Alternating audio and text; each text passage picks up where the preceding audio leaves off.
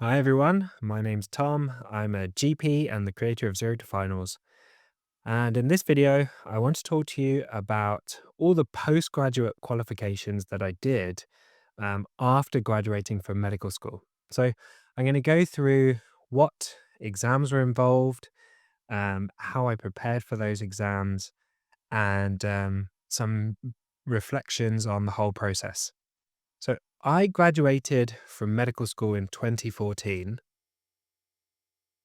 And then I completed my training as a GP in 2020. So this was like a 6-year period from 2014 to 2020 where I was working as a junior doctor and doing postgraduate qualifications and GP training.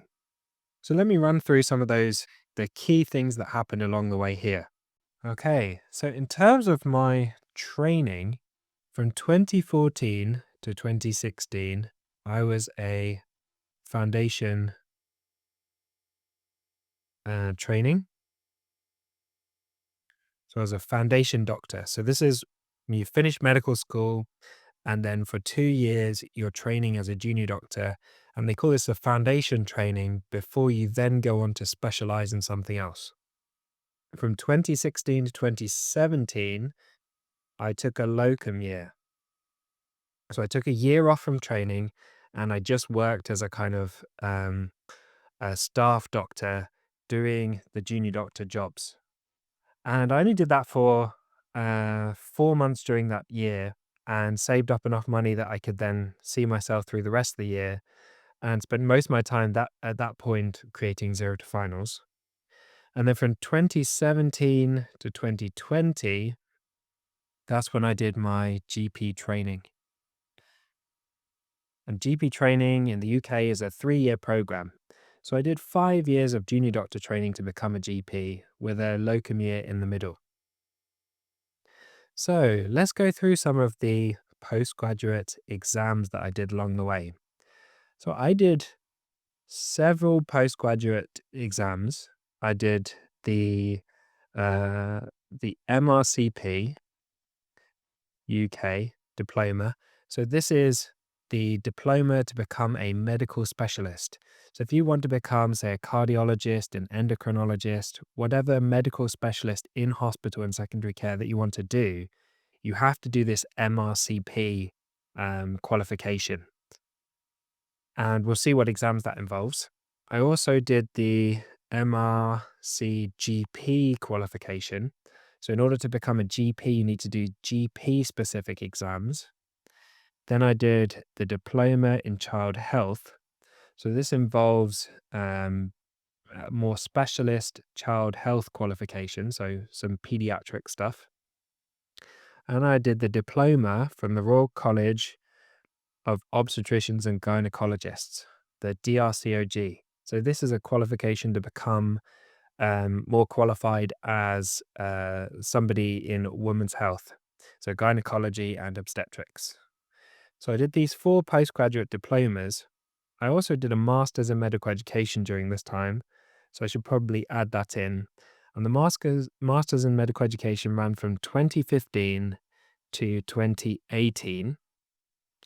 So this was MSc Med Ed. So this master's in medical education. So let's go through some of the postgraduate exams that I did. So the first one I did was the MRCP Part 1. And this was in January 16. And thankfully I passed that one. Then I did the MRCP Part 2.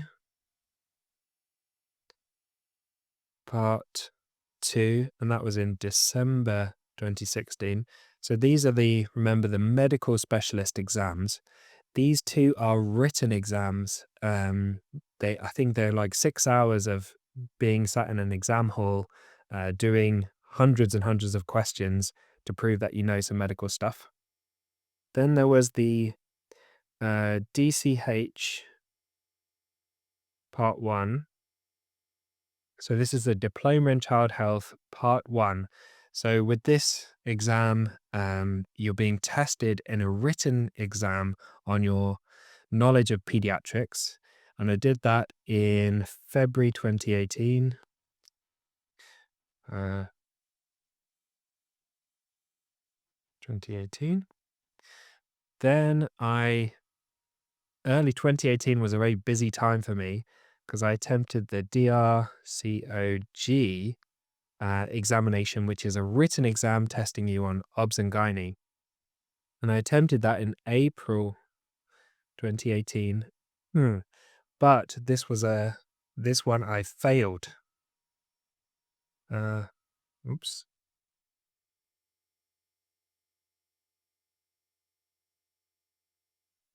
So I failed this exam, probably because I was taking on too much during this time and didn't really invest the time and energy I needed to pass the exam. Annoyingly, I failed by 1 mark, literally 1 mark, failed me on that exam. The next one was the DCH Part 2. And the Diploma in Child Health Part 2 is actually an OSCEs exam. So the physical examination where you go in, examine children, have kind of consultations with simulated patients and so on. And annoyingly, I passed every aspect of the exam except from one station. And the learning from this was I failed this one station because I hadn't read the syllabus. It was a station where I had to interpret an audiogram, and I'd never come across an audiogram in medical school, in my postgraduate training, in my GP training, in my 9 months or so of pediatrics experience. I never came across an audiogram. So I had no idea. The station said, interpret this audiogram. I had no idea what I was looking at, and subsequently failed that station, which meant I failed the whole examination, which was annoying, but it meant I got more time to revise and do the examination again. But this first attempt, this was in April 18 as well. So I had a bad month. I failed 2 examinations at that point. Then the next one was the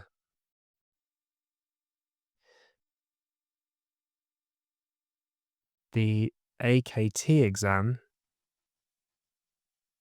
and that was in January 2019. So the AKT exam is the first exam of the GP syllabus. So you're trying to become a GP, you need to do this written exam that covers the whole of what you could see as a GP. So I did that in January 2019, passed that one. The next one I did was PACES, and this is for the MRCP diploma. So this is the third and final part of the qualification to become a medical specialist. This is an OSCE, and this was one of the most stressful exams I've ever done. So they really, really grill you. You do sort of simulated consultations. You examine patients with weird and wonderful pathology. And so I sat this one and thankfully passed that one as well. That was in June 2019. Then I resat the Diploma in Child Health Part 2. So that's the OSCEs. And I did that in November 2019.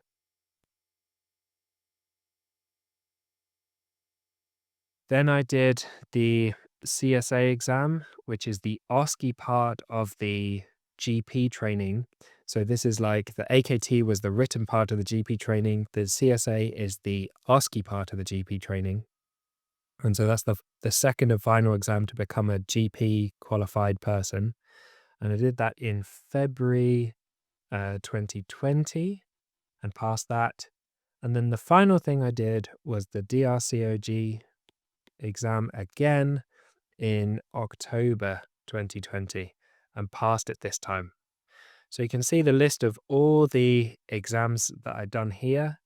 2 failures, both by 1%, so close to passing those. But then I resat them and really hit it out of the park with the resit and got well over the pass mark. So here's my kind of busy 6 years of training, becoming qualified in a bunch of stuff, doing my master's in medical education, training during this period. And I was also building zero to finals from 2016 through until now. So, a very busy period in my life. And I want to share some of my key strategies and key tips for replicating this to some degree as far as you want to take it in terms of passing postgraduate exams. So, here are my recommendations. So, let's call this key strategies. So, number one, I'm gonna give you the first key strategy, which I've already touched on in a different video, which is single tasking.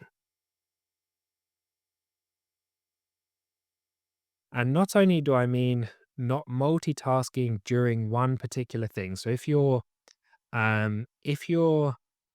sitting down to revise, you don't want to be multitasking. So you don't want to be revising while you're cooking dinner, while you're doing, dealing with kids, while you're answering emails, while you're texting someone, while you're on WhatsApp, while you're scrolling social media. You don't want to be doing more than one thing at a time. Single tasking means when you sit down to do some work, you really focus on one thing at a time. Not only is it doing one thing at a time for one particular study session, but also focusing on one thing at a time um, over a period of, say, months or weeks or months. If you're trying to do more than one thing at a time, and a perfect example of this is me doing the diploma in child health and the diploma from the Royal College of Obstetricians and Gynecologists exams, both in the same month. I didn't, I couldn't stretch myself to do both at the same time. And that's one of the reasons why I failed those examinations. So if you're going to be doing an exam, make sure you really focus on that exam and don't worry about something that's happening a year in the future. Although when you look at my list of exams and the Masters in Medical Education and my training and zero to finals, it looks like I'm doing all of these things at the same time. But really, what I was doing is if I had an exam coming up in 2 months or so, I would focus entirely on that project. So I wouldn't be worrying about my essay for the Masters in Medical Education. I wouldn't be worrying about zero to finals. I would be entirely focused on, say, the upcoming Diploma in Child Health exam and focused single tasking that particular focus. If there was some maintenance stuff that needed doing in the meantime, I'd take care of it, maintenance, life admin, all that kind of stuff. But really, the primary focus was the most pressing, urgent thing that was coming up. So, single tasking is my number one strategy. So, what you're doing is one thing at a time,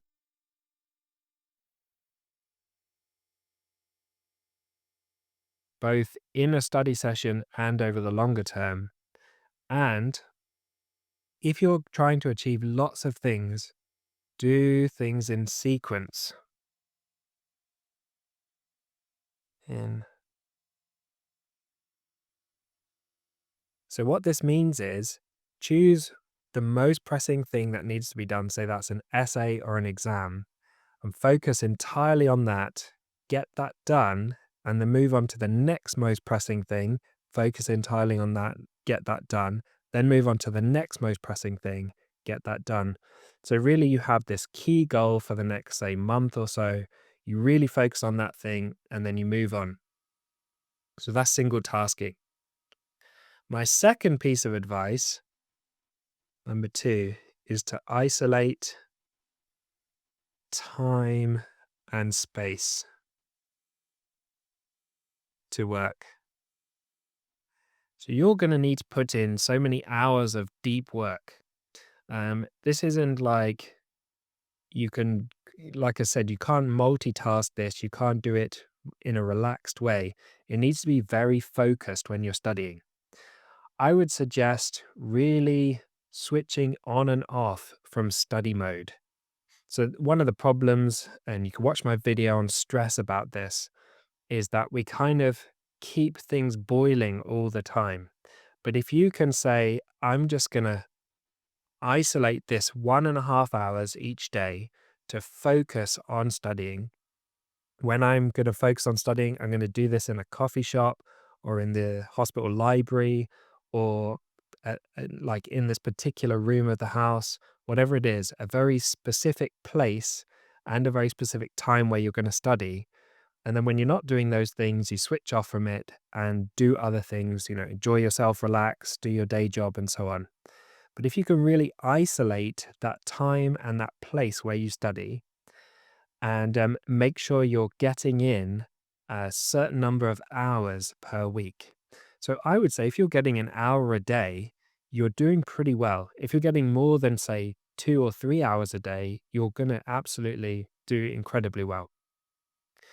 But what you don't want to do is blast it and do like 6 hours in a day and then just not do any more work because you completely burnt out and overwhelmed yourself.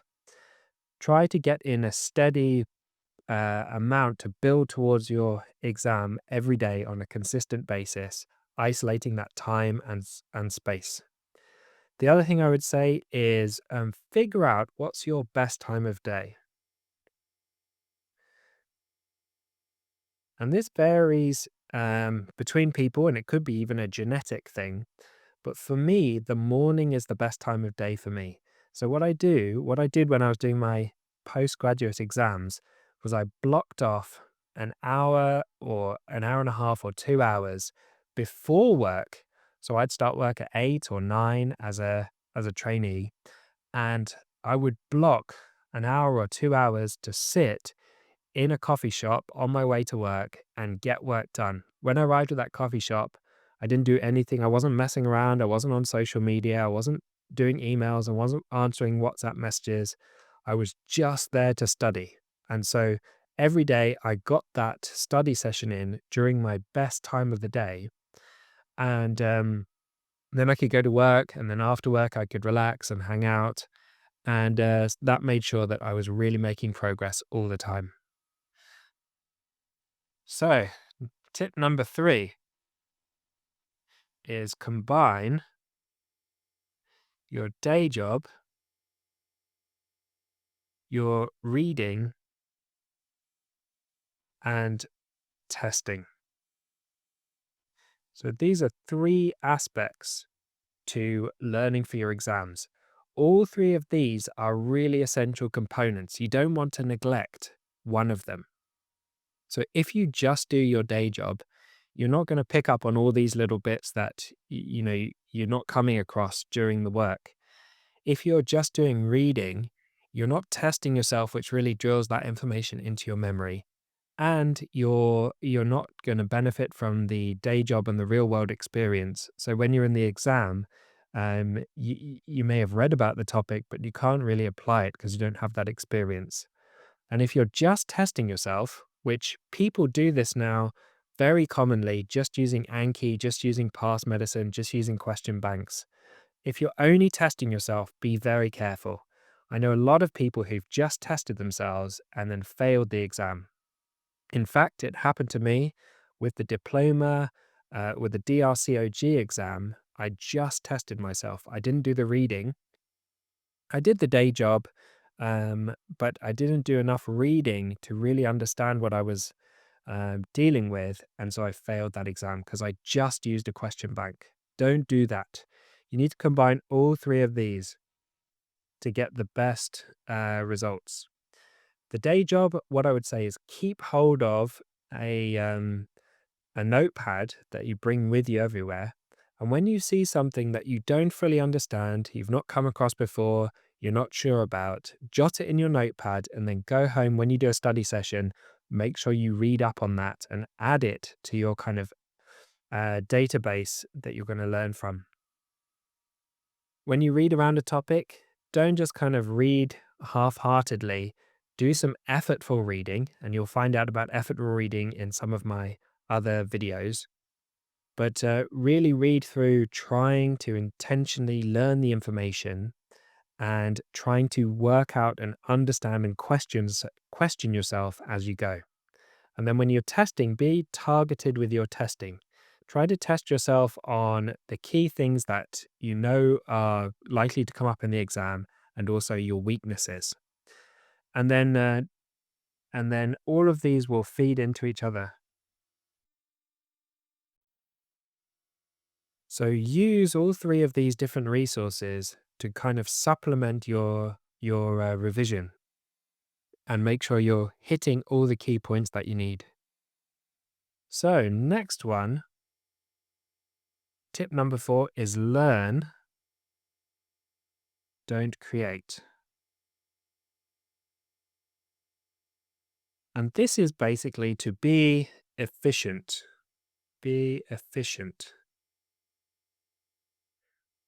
When you're a postgraduate, when you're working as a doctor, when you're a postgraduate and you're preparing for an exam, you don't have the luxury of all this extra time and flexibility to learn and prepare resources in preparation for the exam. When you're in medical school, you've got loads of free time. When you're studying in university, doing any kind of course, you've got loads of free time. When you're a postgraduate, you have very limited time. You don't have all this unlimited amount of time. In fact, if you get sort of 1 hour, 5 days a week to study, and you've got 12 weeks for the exam, you're only looking at, what's that, 60 hours for preparation, which is not a lot of time. You need to be really efficient. And when I say learn, don't create, what I mean is if you sit down for a study session, make sure you're really learning the material. Don't just sit there copying notes from one thing to another. That's creating stuff. Don't create your own sort of beautiful illustrations and flashcards and so on. All of this is a fun activity, but it doesn't help you to get that information into your brain as efficiently as some other strategies like effortful reading and testing yourself. So be cautious. If you find yourself saying things like, I'll just make this set of notes and then I'll learn it, you're probably not being as efficient as you should be. What you should be really aiming for is straight away learning the information. And a great place to start is Zero to Finals, using the website supplemented with the member site so you can immediately start learning and testing yourself. But there's loads of other resources out there. So what you're aiming to do here is understand plus test / practice. So the aim of the reading is to really understand the content, make sure you understand the guidelines, understand the pathology, understand the content you need to know, and then you're testing yourself or practicing that information. So you're trying to practice what you're going to be doing in the exam and drill that information into your long-term memory through testing. Not creating a new set of notes or a new set of flashcards or a new set of illustrations, because they're not going to help you if you don't have the time to actually go through them. Okay, let's move on to the next point. Point number 5 is check the syllabus.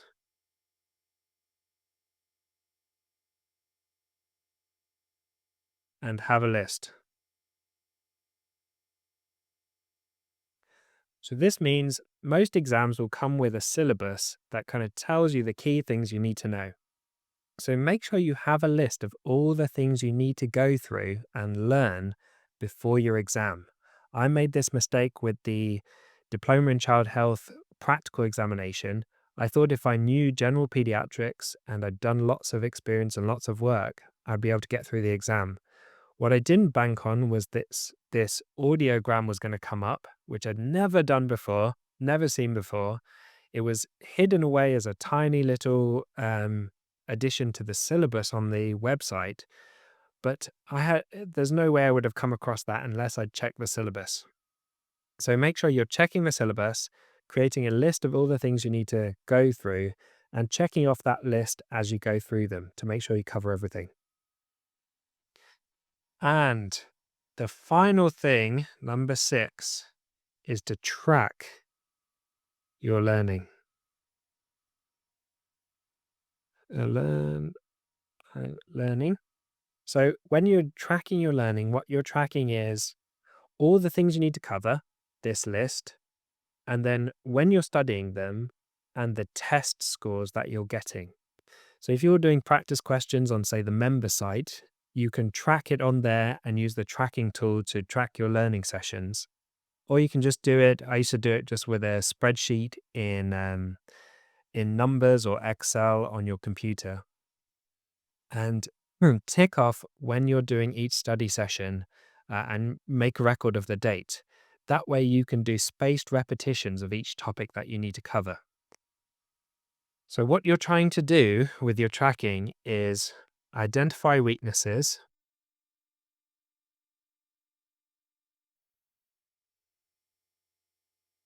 So, you're trying to work out what things am I good at and what things am I bad at. If you're bad at something and you're lacking in knowledge, that's the thing you need to concentrate on for your exams. There's no point really uh, really focusing on things that you're already good at. You're just wasting your time and you have very limited time for postgraduate exams. You need to head on address your weaknesses and the things that are going to be most high yield for passing that exam. Second thing with tracking is you're making sure that you're covering everything.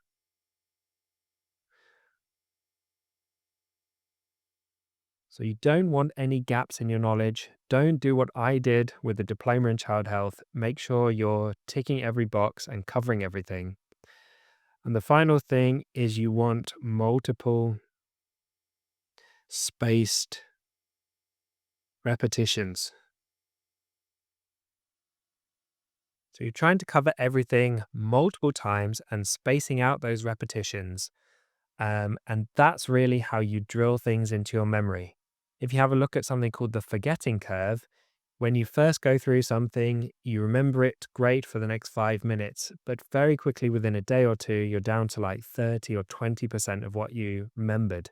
The only way to combat that is through repetition of the information, and spacing out those repetitions helps you to retain that information for longer. So they're my 6 tips, my 6 strategies that should help in terms of preparing for your postgraduate exams. I hope you found this video helpful. Maybe it was somewhat motivating. Leave me a comment in the box down below. I want to know if you've got any further questions, if you disagree with any of these, and any suggestions for future videos. And I'll see you in the next video, which will be tomorrow.